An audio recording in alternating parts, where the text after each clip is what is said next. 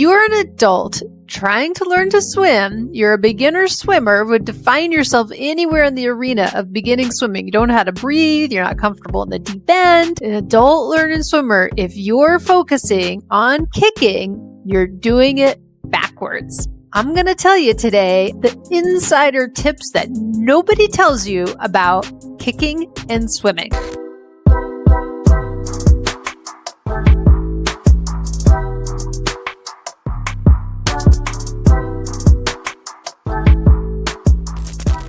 Today in this video, I'm going to give you some of those insights that we have learned over the years that has made us say starting with kicking is going about it backwards. Let's jump in. The foundation of change has 3 main points to it. Get ready, get set, and go. We always say that it's 80% mental to 20% physical. So when you get in and you start working on the kicking and you're doing all the kicking and doing all those actions, you're spending all of that time on this physical part and you're missing out on the 80% that needs to come before. It needs to go along with every time you go and do an action step. So let's start with the first one, this first mental part of getting ready. It's gathering in and coming to calm.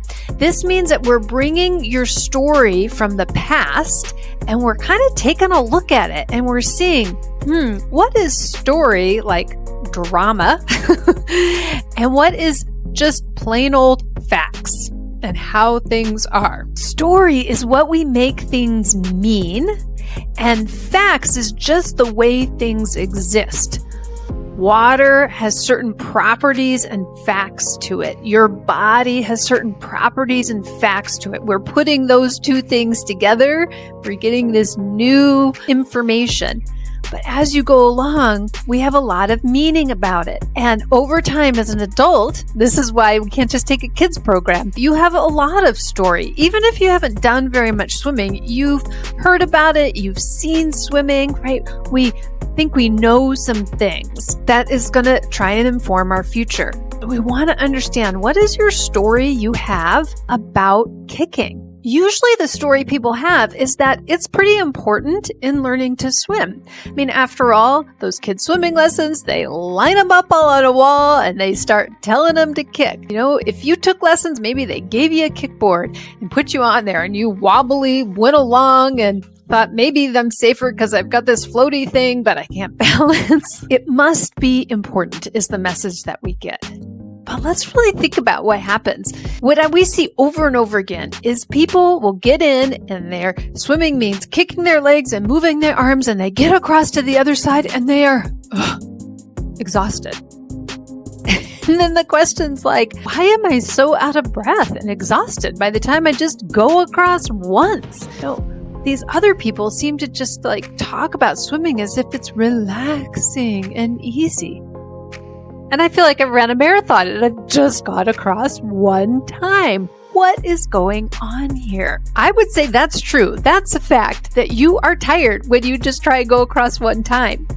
The question is why? What's going on there? Let's dig into that a little deeper. We're talking particularly about our legs. So when we think about our legs, look at your legs. They have big muscles in them. They're big, strong part of our body. And those big muscles take energy and take oxygen. If you're going to move them, they're going to use up a lot of energy. This is why we sit all day.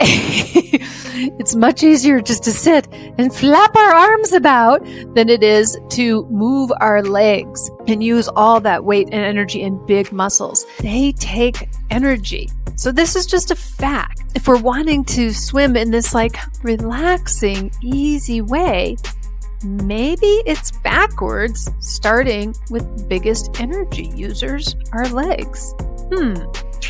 Interesting. Something that's going to have to go into the testing action side. The other thing about our legs is they're not very intuitive when it comes to swimming. And the reason why is the way that we use our legs all day long is there are the powerhouse that moves us around. So we're used to getting from place A to B using our legs. In swimming, however, While you can use your legs to get from A to B, just like on land, I can use my legs, but I could also sit in an office chair and use my arms. Certainly there are people who move around all the time. It's part of their normal life to use their arms as the powerhouse and not their legs. In the water, it kind of goes the other way, that these legs, they are such energy users. Our hands are actually much easier and where most of our movement happens in the water. So you can use your legs,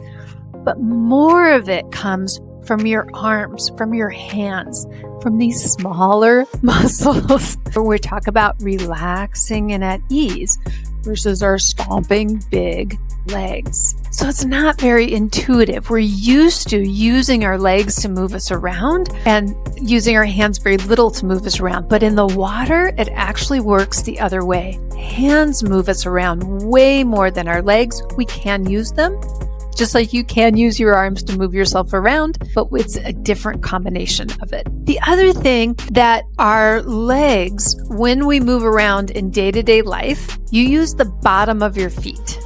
We push off the bottom of our feet to make ourselves move when we walk or you run or you hop or you skip, right? Any of the kinds, or jump. Any of these activities that you do on a very regular basis. Maybe, dear adult, you don't jump that much, but you walk certainly throughout the day using the bottom of your feet. In swimming, very rarely, if ever, you're using the bottom of your foot. That is not where we get the power connection. It works more like kicking a soccer ball a long distance or certain kinds of martial art kicks, whether you're using the top or the side of your foot. So not very intuitive. Again, going back, if you want intuitive movements, when we talk about using our arms, our hands, we actually move with the palms of our hands. Very intuitive. We're very accustomed to using the palms of our hands to interact with the world. This is where using our hands and our arms is much easier. Step number 2 in the foundation of change is the plan for action. What are the mental steps I need to do for the plan of action? All right, you guys, amazing job. You took a step today. Beautiful. You have grown your foundation. This is exactly how it's supposed to work. You've gotten some new mental steps in. Time to take a physical step. Make sure you have subscribed. That is the easiest, safest, simplest, both physical and mental step to do. If you haven't subscribed to the channel, hit that subscribe. If you did, you get to start back at the beginning again saying, yay, more of me. I've taken a step. Look at me. I am more of a swimmer now than I was before, just by hitting that little bell there. Go into the description and I've got a couple links in there. Start in with those online courses where I lay it out for you.